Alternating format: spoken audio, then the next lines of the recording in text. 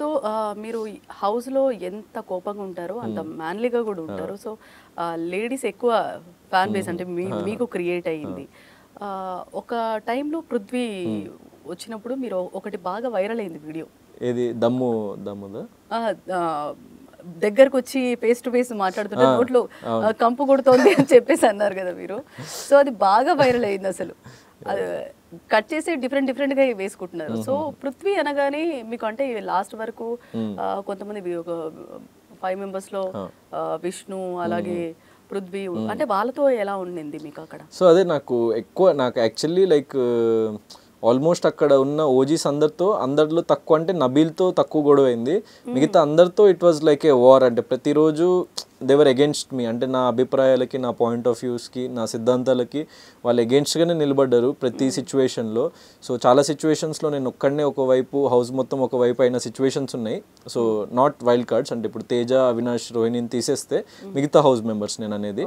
So Teja, Avinash and Rohini were more like entertainers of the house. వాళ్ళు ఎక్కువ అంటే ఆ కోణంలోనే వాళ్ళు ఎక్కువ షైన్ అవ్వాలని అనుకున్నారు. అదే వాళ్ళ ఫోర్టే. అండ్ వాళ్ళు ఎక్కువ వాళ్ళకి తగినంత, వాళ్ళకి కుదిరినంత ఎంటర్టైన్మెంట్ ఇవ్వాలని చెప్పేసి వాళ్ళ శాయశక్తిలో ప్రయత్నించారు. అందుకే అండ్ వాళ్ళు ఇప్పుడు తేజ, అవినాష్ కూడా ఫ్రెండ్స్ లాగా ఉన్న వాళ్ళు, అంటే లైక్ తేజ, అవినాష్, రోహిణి వాళ్ళు ముగ్గురు కూడా లైక్ ఒక గ్రూప్గా ఉంటూ, వాళ్ళు ఒక ఫ్రెండ్స్గా ఉంటూ ఒకరినొకళ్ళు అవకాశం వచ్చినప్పుడల్లా సపోర్ట్ చేసుకున్నా కూడా నేను ఎప్పుడు వాళ్ళని ఎక్కువ ఎందుకు క్వశ్చన్ చేయలేకపోయినా. అండ్ ఎక్కువ క్వశ్చన్ ఎందుకు చేయలేదంటే వాళ్ళు ఎప్పుడు పర్టికులర్గా వీళ్ళని టార్గెట్ చేద్దాం, లేకపోతే ఈ పర్సన్ని నామినేట్ చేద్దాం, లేకపోతే మనము గేమ్లో ఇలా చేద్దాం అని చెప్పేసి అట్లాంటి స్ట్రాటజీస్ ఏం పెట్టుకోలేదు.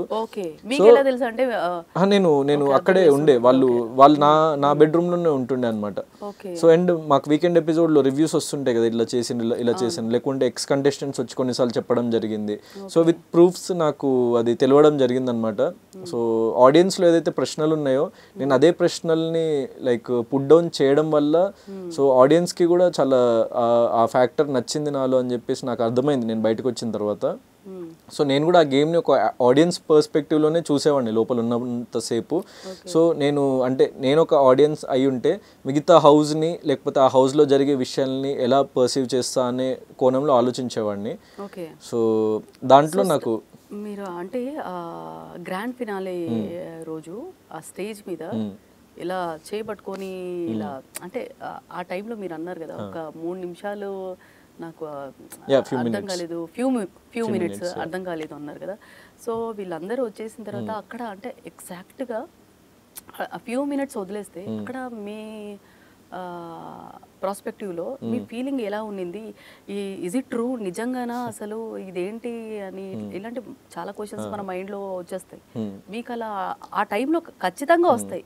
మీరు అలా ఏమన్నా అనుకున్నా? అంటే నేను అనుకుంది మాత్రం అంటే ఇప్పుడు నేను నిలబడినట్టుగా, అంటే ఒక్కడనే పోరాడాలి, ఎలాంటి ఫేవరిజం చూపించకుండా, బయాస్నెస్ చూపించకుండా ఎవరికి అని ఏదైతే మార్గం చూస్ చేసుకొని ముందుకు వెళ్ళినో ఫస్ట్ నుంచి ఎండ్ వరకు, ఎవరెంత చెప్పినా కూడా ఆగకుండా మొండిగా అదే మార్గాన్ని, అదే సిద్ధాంతాన్ని ఫాలో అయినో.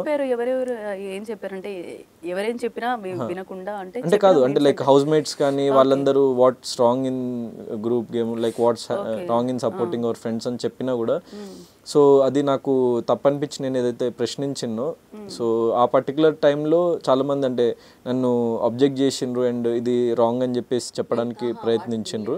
అది నేను వినకుండా నేను అదే నా పంతాలోనే నేను ముందుకు వెళ్ళిన.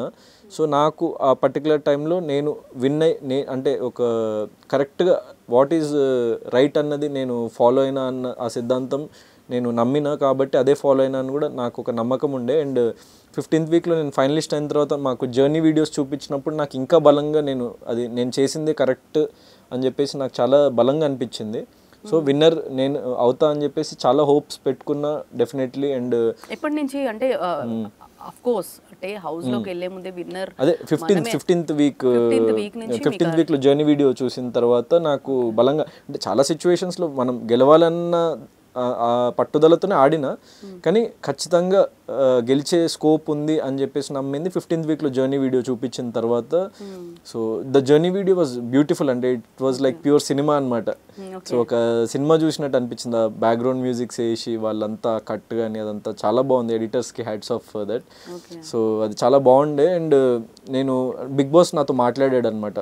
సో నువ్వు ఎంచుకున్న మార్గం కానీ నువ్వు పర్సనల్ గా కలిసి కాదు, బిగ్ బాస్ వాయిస్ వస్తుంది, వాయిస్ లో మాట్లాడారు. యా బిగ్ బాస్ వాయిస్ అది ఎపిసోడ్ టెలికాస్ట్ అయింది. సో అంటే ఒక బలవంతుడినైనా ఓడించగలం కానీ మొండివాడిని ఓడించలేము, దానికి మీరు ఎగ్జాంపుల్ అని చెప్పేసి చెప్పడం జరిగింది. దెన్ లైక్ మీరు పాదరసన్ లాగా ముందుకి మీ జర్నీ సాగించారు. ఎప్పుడైతే మీరు ఎలిమినేషన్ స్టేజ్ నుంచి మళ్ళీ రిటర్న్ వచ్చారో, so you reinvented yourself, you rethought your process and అందరు బలమైన కంటెస్టెంట్నే ఆలోచనలో పడేలా చేశారు. ఊహించని విధంగా దాడి కొనసాగించారు. సో అందరూ బలమైన కంటెంట్ మొండివాడు ఆఫ్ కోర్స్ అందరూ సో అప్పుడు చేస్తారు కదా బలమైన వాళ్ళనే.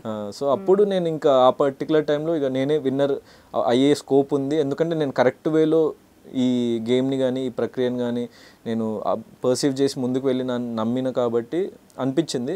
కానీ ఆ మూమెంట్లో ఎప్పుడైతే అది అవ్వలేదు నేను కొంచెం డిసప్పాయింట్ అయినా. దాని తర్వాత ఎక్కువ డిసప్పాయింట్మెంట్ ఏంటంటే ప్రేక్షకులు నన్ను ఇంత దూరం తీసుకొచ్చినా అరే అది నేను కప్పు లేపడం వాళ్ళు చూస్తే ఇంకెక్కువ వాళ్ళు సాటిస్ఫై అయ్యేవాళ్ళని.